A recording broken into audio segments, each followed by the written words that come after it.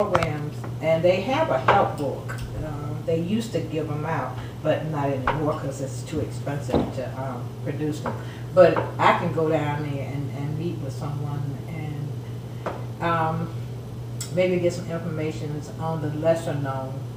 Yeah, and what I'll do too is if you get a list like that, I can forward it, or you can reply back to everyone on the email, because I'm not hiding the distribution list or anything. The people that are involved in our group here, and we can share that information. Well, actually, we need to. I don't think you're on the email. Right. So she'll do it. Do that, but that's one thing. And also too, I know. I guess they still exist in the Council of Churches in Atlanta. It used to be Sister Mary used to run that.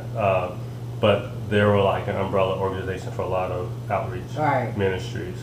So that would be doing something like that would, help us find out about things that we aren't aware of. Because a lot of times you just, like I said, you know about the popular agencies.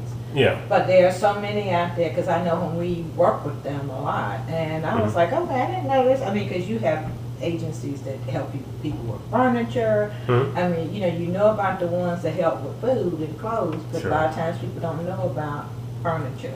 So there are all kinds of things that they have on their help list. Okay. Well, let's see. That's part of United Way. Yeah. Okay. Okay. Now, as far as how the visits should be conducted, everyone, us at this table, and then others, other 3 or 4 who aren't here today. Basically, the way the visit should take, I would say anyway, you can do it a lot of different ways, but the thing is, you really want to go there, like you said, like you guys were saying, ask them what they need, what Christina was saying. I don't think when we go to visit a ministry, we necessarily need to go in with a predefined idea in mind of how we can serve them. We went to Nicholas' house, we initially thought, oh, it's back to school, let's take them notebooks and pens and pencils and stuff. But when we talked to them, they said, well, no, that's not really what we need. What we really need is like clothing. So we redirected what we were going to bring, and we helped them with the Halloween party as well when we were there. So basically, go in, like I said, this is our encounter phase. And then, on the 28th, we'll come back and reflect on it, and then try to figure out how we can serve them. Or, we'll work all that agenda out then. But basically, go out and whichever ministries you research and you go to visit, go in and basically ask the question, well, tell us what you do, experience what they do, walk around, whatever you need to do to experience what they're doing. If you think it's something worth our time or worthy pursuit that they're doing, then we ask the question, well, what do you need help with? And, of course, just ask them what they need help with. And if they may have one or more things, whatever it is, like the Trinity House has several different opportunities, which, for the sake of conversation, are scalable. Some are big opportunities, some are smaller opportunities. And, we will then look at those different options from the ministries you bring back to the table and say, well, which one do we think that impact can actually play a role in effectively? Let me ask a question. When you're talking about, and I know we're going to narrow it down to a workable situation, yes, how many agencies roughly are we looking at trying to work with? Well, I was saying, I would like, in the near term, to see us work with 4 or 5 different ministries throughout the year. Okay. 4 or 5 ministries throughout the year. With the Trinity House, like I said, they have a situation where you can sign up for a weekend or sign up for a night and take over that night, essentially. That'd be one opportunity, And then another opportunity might be something that, if we can find an opportunity that's where they may need a more of a long-term commitment, then that could be another ministry, But we want to be able to get people who are willing to stick with it. And I was going to ask you, so we're looking at ministries that we're doing long-term, not where we go in and just do one thing and then... We're looking at both.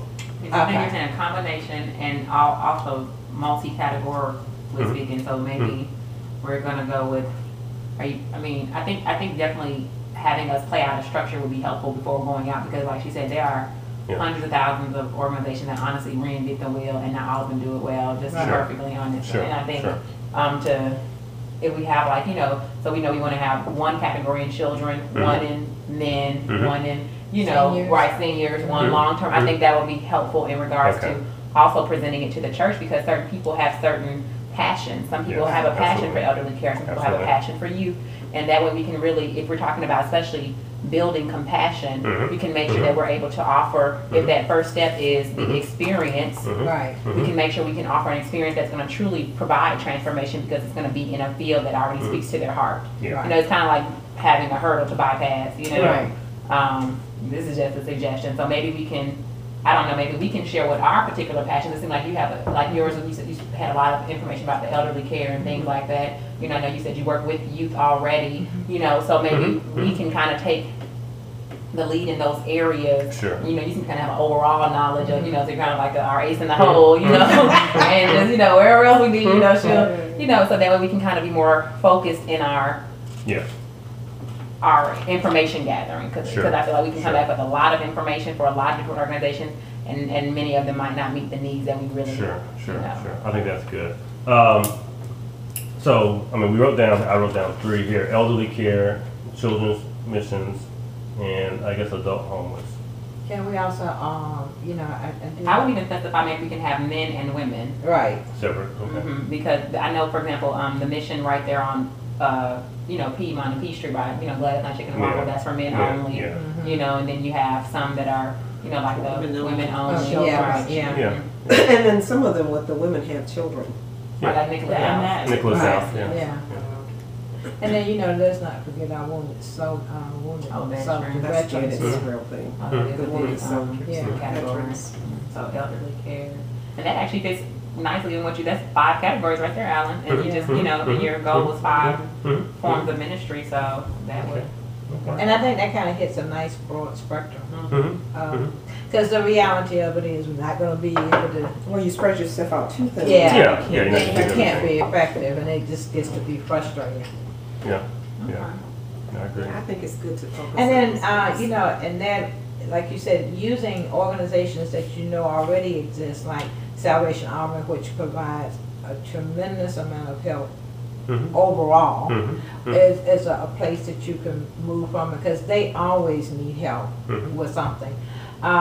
So there are organizations that large organizations that still need help, and especially in the last, because I know with Salvation Army, their requirements or their needs have quadrupled in the last couple of years.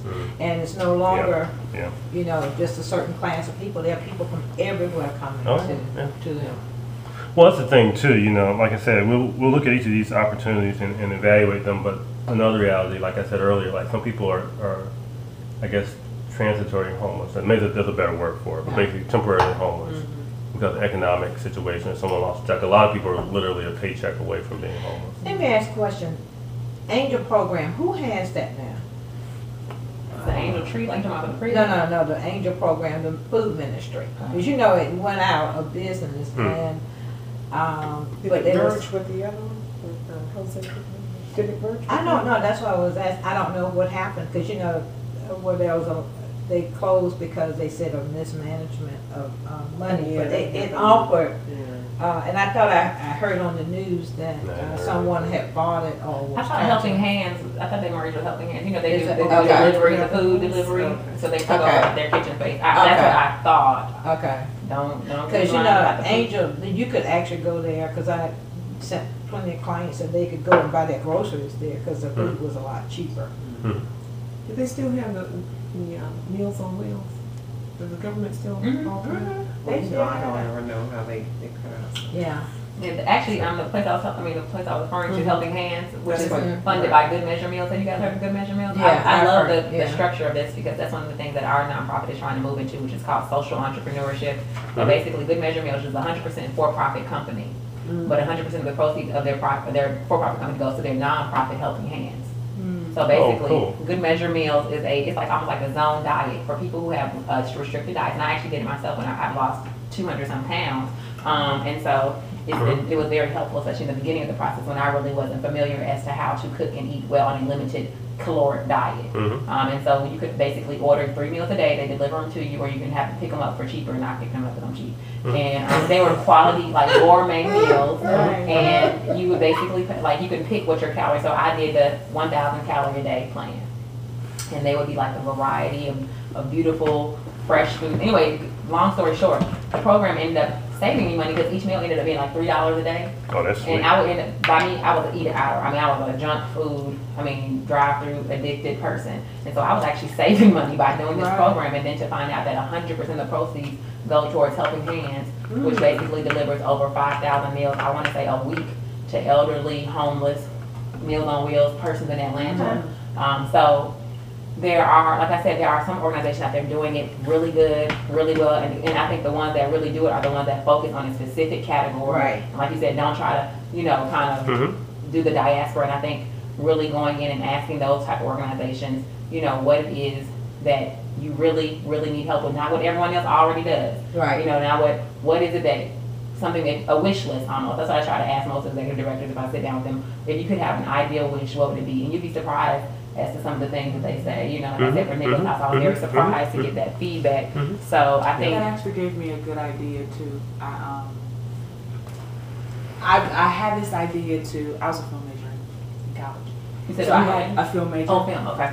Yeah. So I had this idea of doing like a sleepover, a big sleepover where you have a movie night for kids who, maybe they're, maybe it was a woman and children's shelter, maybe it was just a children's shelter, maybe it was a foster home.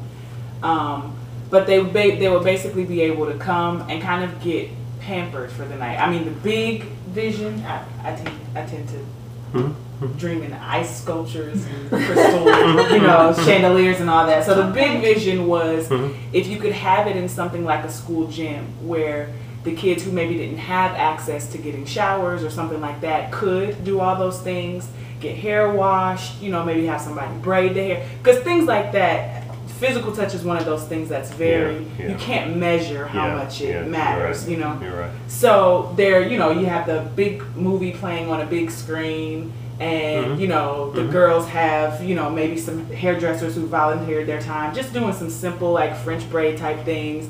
The boys kind of have a corner where they can do a treasure hunt or scavenger hunt, or they're playing basketball or something. There's food. The parents kind of get a little break, you know what I mean? They can still supervise the kids, be in the room with the kids, but they know that the kids are being supervised by another group.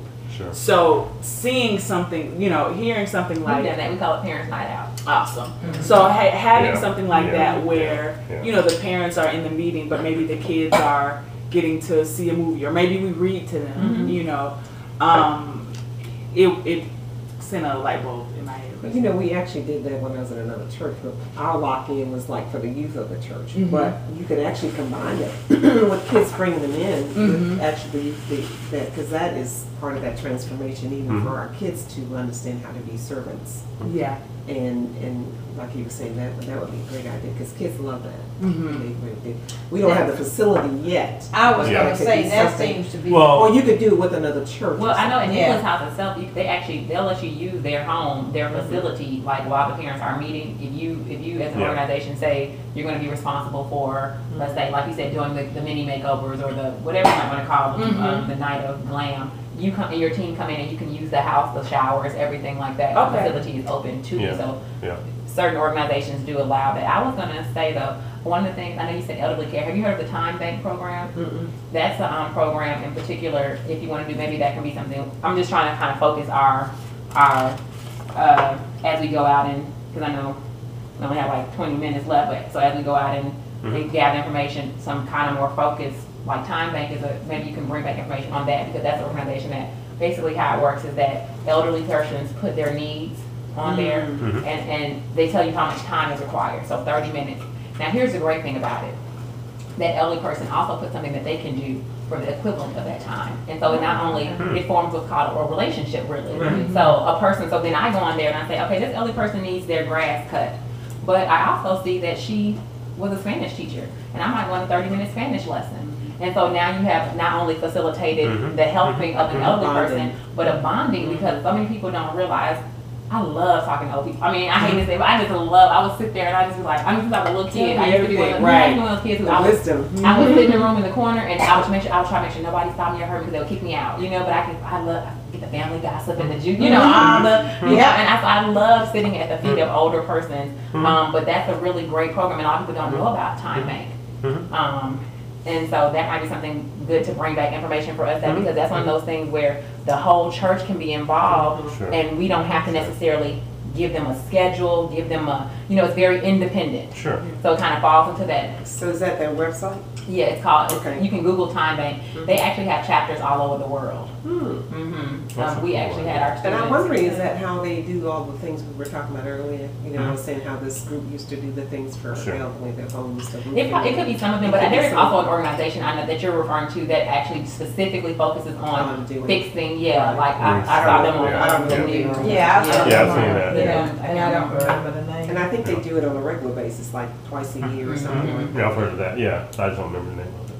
I will be honest, the elderly care, children, men and women, I've done a lot of work with. Veterans is not, I am not familiar with that form of homelessness. And well, you know, a lot of the things that are happening with veterans now is because so many of them actually fall into that category of homelessness. There are a lot of veterans, both men and women, who are homeless, that are homeless, that are not getting the kind of care that they due, because they don't have, you know, the funny thing about it, and I'm sure all of you all know this, there are so many things that they have available to them, but the problem is they don't have an address. And so a lot of people cannot get benefits because they don't, and so sometimes, you know, one of the ideas I had is you're trying to just get them a P.O. box if they don't, you know, so that they can get benefits. Because a lot of times people, you know, you are not qualified because you don't have an address. And that's just right. And it's what I was going to say. That's such a it's such a major problem. But that's the issue for a lot of the homeless too, is just not having a phone number. Right. Yeah, phone number. I mean, because at one point, well, it was requested that we would bring cell phones to get to the homeless. Well, you had to like clean your card, you know, whatever, and whatnot, and then they blah, blah, blah. So they would have to buy a phone. They said it gets service. But you know, actually the government provides that too. Okay. The free phone, 250 minutes. Yeah, 250 minutes. So again, you know, getting that information and going back to having an address, and that's how people actually miss out on a lot of stuff. Even for job opportunities. Yeah. They job have to have an opportunities, address. their food stamps. You know, people don't realize how much easier it is to get food stamps now.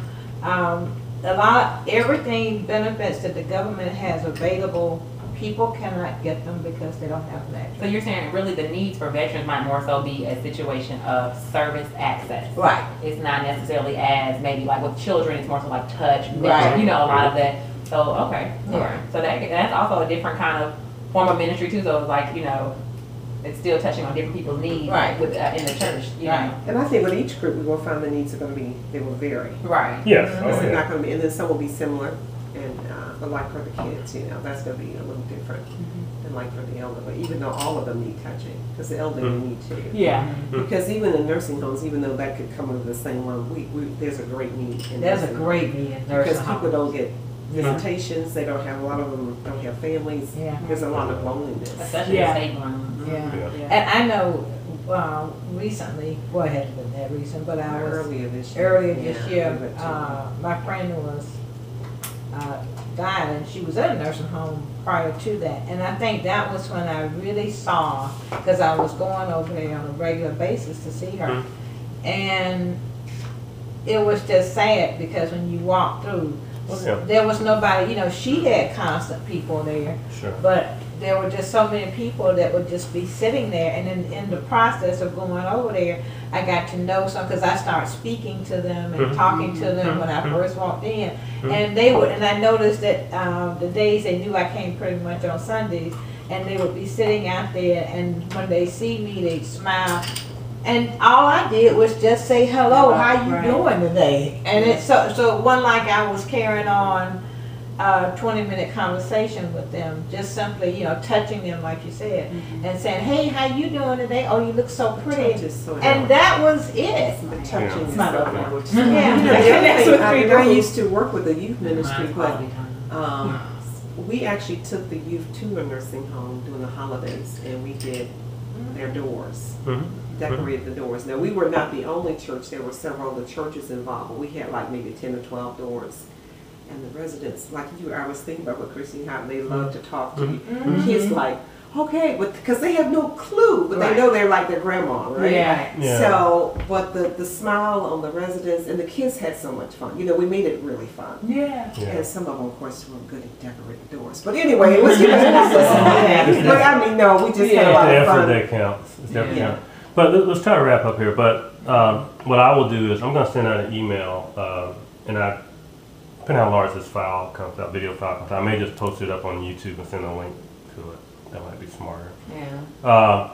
But I want to, like Christine was saying, send out two things. Basically, kind of a recap of what we've talked about, and basically categorizing the different ministry outreach opportunities we're going to investigate. And each of you may want to, and you know, if you have a passion for something, I think that's the area you should look into. May I suggest also when you do that is that possibly, since we already have identified 5 particular ministry categories, that we try to focus on finding one example or one community group that focuses on drop-in possibilities and one that focuses on long-term. And so that way we really have under each category. For each category, one, right, two so technically options. we would have 2 options for each category. So I was thinking maybe for elderly care, for example, we said the time bank would be the one-time drop-in, or, you know, and it can become long-term if you want. It kind of has that flexibility versus a nursing home, which might be considered more of a long-term projection. You know, and so, you know, maybe by doing that, we really are going to be making sure we can provide a spectrum that is still tailored, still focused, but it allows for, you know, different persons' levels of commitment to be met. Sure, absolutely. And also, too, just one more note before we close up here. Even with the sleeping bag thing we've been doing year after year, even how we deliver the services, I wanted to kind of put that on the table too, because the one thing we've been doing there, and that definitely is a parachute drop type situation. That is a parachute drop. That's a parachute drop. and what drop and a run. And even if that's something that we want to do again this year, we need to consider like how we're doing it. So I think everything's on the table. Meaning by that, you know, instead of going from location to location, for instance, one example, how we could change that, is to, if we split up into teams, 3 or 4 teams, whatever it might be, but go and really minister to the people. You know, like, in other words, if you go to this shanty town, instead of being there for 20 minutes, just go there for an hour, eat breakfast with them, take food with you, bring sleeping bags. But that'd be your one stop. You don't go to. You know, multiple stops. Just go there and just fellowship. I was with a group that we stayed a little bit longer because we actually took them chicken sandwiches and things like that. So we were there a little bit longer than. In fact, we kept feeling that we had to leave because we had to meet up with everybody else. Yeah, and I don't want people to feel that. So so it does cut your time, even though we were there for quite a while. But you do find out more, like you say. When you just go and like drop it, you don't really. It doesn't really benefit I mean, or the people. You get something, but in other words, that's a transformative process. I think the kids could go through the same. I think they're transformed. But what does it do for the individuals there? You know, you're bringing food, you're bringing a sleeping bag, but if you sit down And talk to them. You know, and you spend an hour there and just sit and talk to them, hear their stories, share with them. You know, I think that's meaningful. And you say touch and everything. I mean, just saying that how people, whatever their love language might be. Love language for some folks is time. You know, it's time. So, you know, I just, so even there, you know, I want us through all the ministries here, it's not just checking something off a list. I want it to be meaningful, you know, and so I want that to be a part of our thought process. But like I said, we have to kind of, that's in the implementation phase. This right now is the planning phase. So we're not quite there yet. But our implementation, I want us to consider how we implement these things as well. So, okay. So. That was good. Where is the ladies' room? Yes, it's one right down the hall here. Would you like me to, or do you already have an assessment tool that you'd like to use? Maybe No, if you have a suggestion, I'm open. Okay, well I can help, like maybe make up some questions and send them to you. Maybe you can Yeah. add and modify, That'd be or great. maybe we can create like a GDoc thing as a group, That would so be that smart way people can to come in and share. edit it